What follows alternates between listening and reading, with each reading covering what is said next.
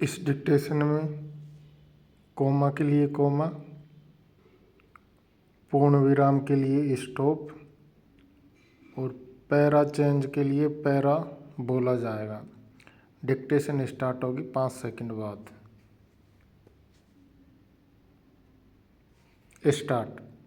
संयुक्त राष्ट्र शिक्षा विज्ञान और संस्कृति संगठन की एक रिपोर्ट के अनुसार भारत में सबसे ज़्यादा 287 लाख अशिक्षित वयस्कों की संख्या है। स्टॉप। ये आंकड़े देश में शिक्षा के क्षेत्र में चौंका देने वाली असमानता की ओर इशारा करते हैं। स्टॉप। वर्ष 1991 से 2006 तक अशिक्षा का स्तर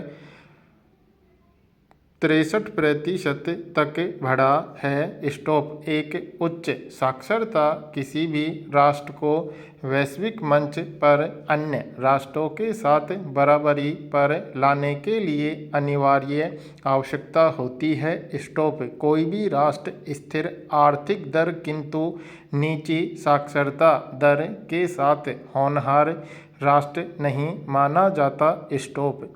आखिरकार शिक्षा नागरिकों को सुनिश्चित किया जाने वाला मौलिक अधिकार है। स्टॉप।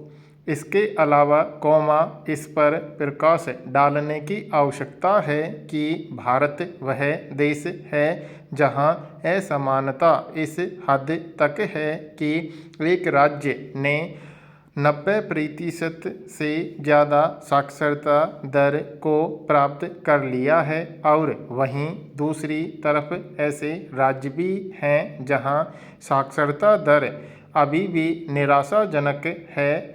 Stop para. साक्षरता को सीखने और पढ़ने की क्षमता के रूप में परिभाषित किया जा सकता है। स्टॉप।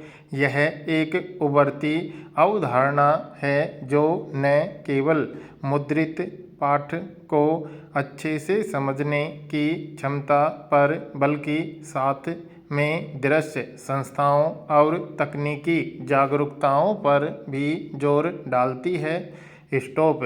यह एक बहुआयामी अवधारणा है जो वैश्विक दुनिया में विकास के संदर्भ में इसके नए मानकों को जोड़ने पर लगी रहती है। Stop para. यूनेस्को में अनुसार साक्षरता पहचाने, समझने, टोकने, निर्माण करने, वार्तालाप करने और अलग अलग संदर्भों के साथ जुड़े मुद्रित और लिखित सामग्री के प्रयोग से गणना करने की क्षमता है। स्टॉप। साक्षरता में एक सार्थककारी व्यक्ति ने अपने उद्देश्यों की प्राप्ति के लिए अपने ज्ञान और संभावित विकास और पूरी तरह से अपने समुदाय और बाहरी समाज में भाग लेने के लिए सीखने की निरंतरता शामिल है। Stop para. भारत में अशिक्षा एक समस्या है जो इसके जटिल आयामों के साथ जुड़ी हुई है। भारत में अशिक्षा उन विभिन्न असमानताओं के आयामों में से एक है जो देश के अस्तित्व में है। स्टॉप। यहाँ लिंग असमानता, आय असमानता, राज्य असंतुलन, जाति असंतुलन और तकनीकी बाधाएं हैं जो देश में साक्षरता की दर को निर्धारित करती है। स्टॉप। भारत के पास सबसे बड़ी निरक्षर आबादी है।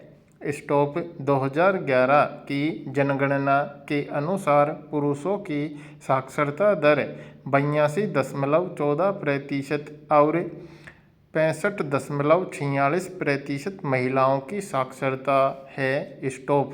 कम महिला साक्षरता भी लिखने और पढ़ने की गतिविधियों के लिए महिलाओं के पुरुषों पर निर्भर रहने के लिए जिम्मेदार हैं। स्टॉप। इस प्रकार इसने एक दुष्चक्र का रूप ले लिया है। Stop para. फिर यह कोई नई अवधारणा नहीं है कि धनवानों के पास गरीबों से बेहतर शैक्षणिक सुविधाएं हैं। स्टॉप। निर्धन व्यक्ति कुशलता और ज्ञान की कमी के कारण अपने परिवार का भरण पोषण करने के लिए स्वयं को अकुशल मजदूर के कार्यों में शामिल रखते हैं। स्टॉप। इस प्रकार उनका ध्यान शिक्षा प्राप्त करने के स्थान पर आय अर्जित करने पर केंद्रित हो जाता है, जिससे कि वे समाज में जीवित रहने के लिए सक्षम हो सकें। स्टॉप। वे राज्य जो शिक्षा पर अधिक खर्च करते हैं। स्टॉप। उन राज्यों के मुकाबले में उच्च साक्षरता दर को रखते हैं जो शिक्षा पर कम खर्च करते हैं। स्टॉप। इस मामले में केरल एक ऐसा ही राज्य है। स्टॉप। इस राज्य ने प्रत्येक सदस्य पर $685 खर्च किए हैं, जो इसका शैक्षिक स्तर भी बताता है। Stop para.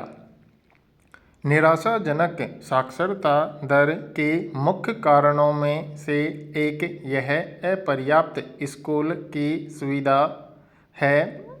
स्टॉप। सरकारी स्कूलों में कार्यरत शिक्षण स्टाफ अक्षम और अयोग्य है। स्टॉप। बच्चों के द्वारा स्कूलों को छोड़ने को प्रेरित करने वाला एक और कारण उचित स्वच्छता की कमी है। स्टॉप। एक अध्ययन ने स्पष्ट किया है कि 59% स्कूलों में पानी पीने की सुविधा नहीं है। स्टॉप।